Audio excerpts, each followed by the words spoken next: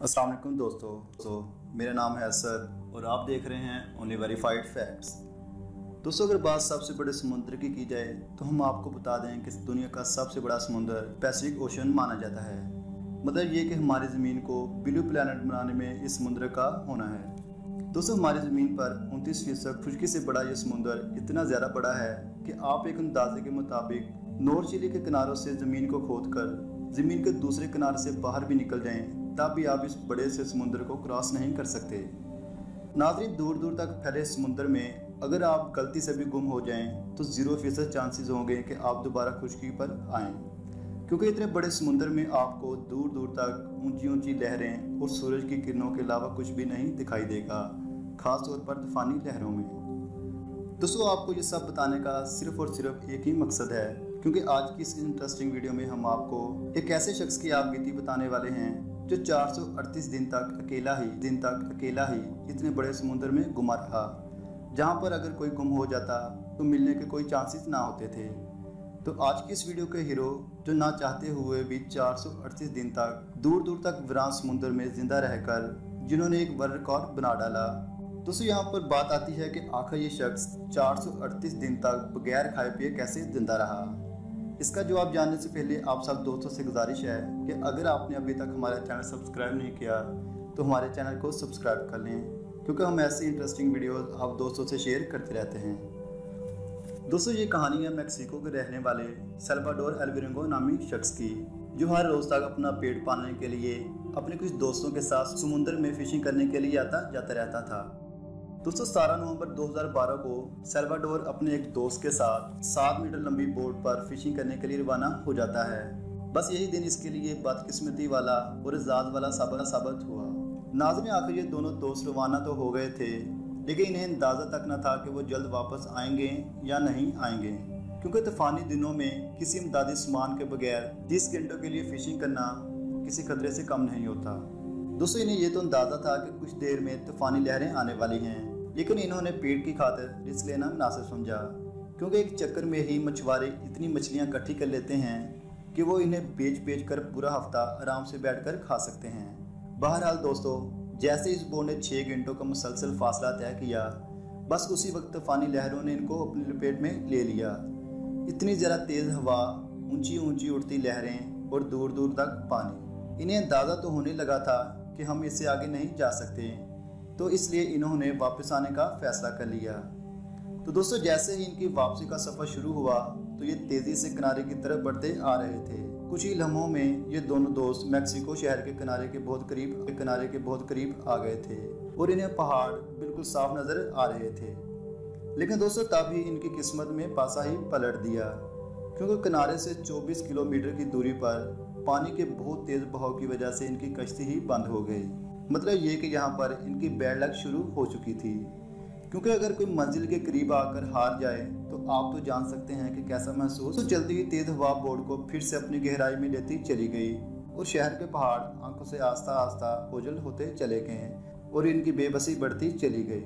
लेकिन दोस्तों, इनके बचने का सिर्फ एक रास्ता मौजूद था, वो है बोर्ड पर लगा रेडियो, जो अभी तक काम कर रहा था, लेकिन इसकी भी कोई गारंटी न थी कि कब ये बंद हो जाए।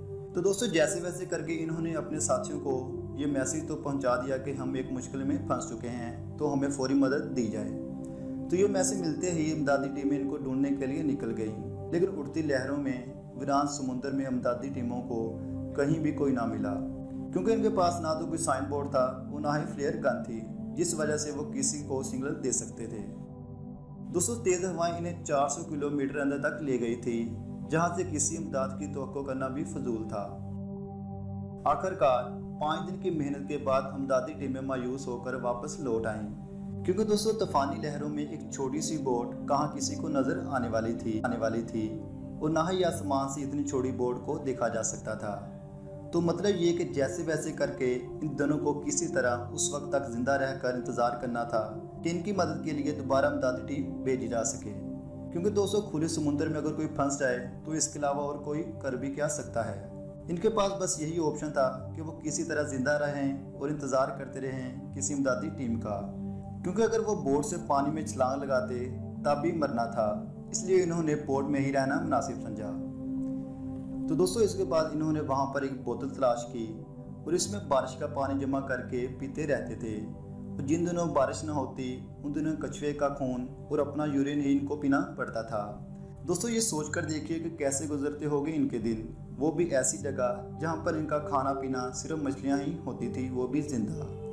दोस्तों ज़रा सोच कर देखिए इन लोगों का जिनका काम सिर्फ घर वालों को याद करके रोना और बेबसी को देखकर।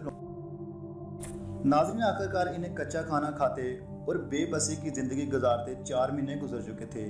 बस इसी वजह से कडोबा ने हार मान ली, क्योंकि रोज रोज कच्चा खाना खाना किसी हिसाब से कम नहीं होता।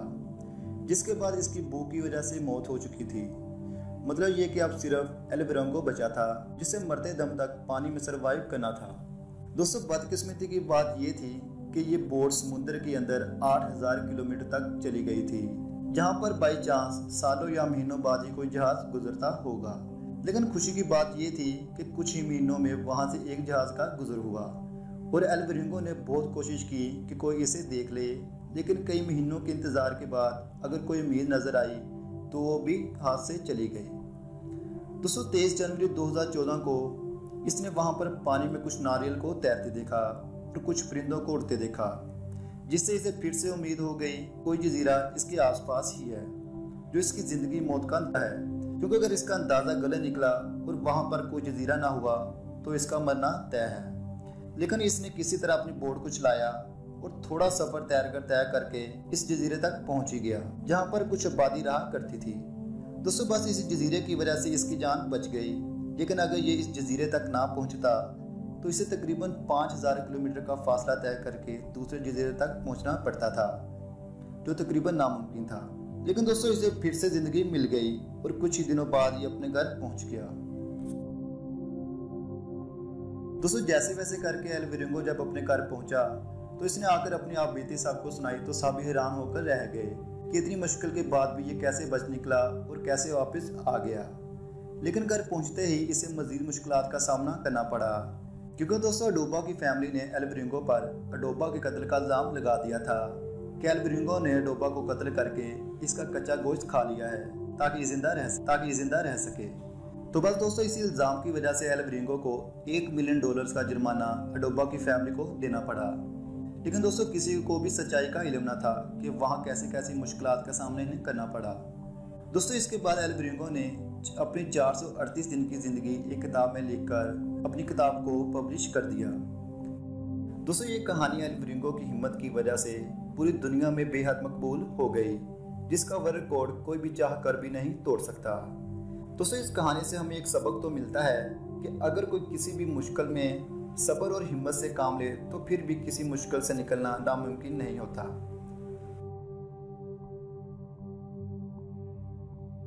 तो दोस्तों आज की वीडियो बस यही तक। उम्मीद है आज की वीडियो आपके लिए बहुत इंटरेस्टिंग रही होगी। वीडियो अच्छी लगे तो लाइक कर दें और ऐसी इंटरेस्टिंग वीडियो के लिए हमारे चैनल को भी सब्सक्राइब कर लें। तो दोस्तों मिलते हैं।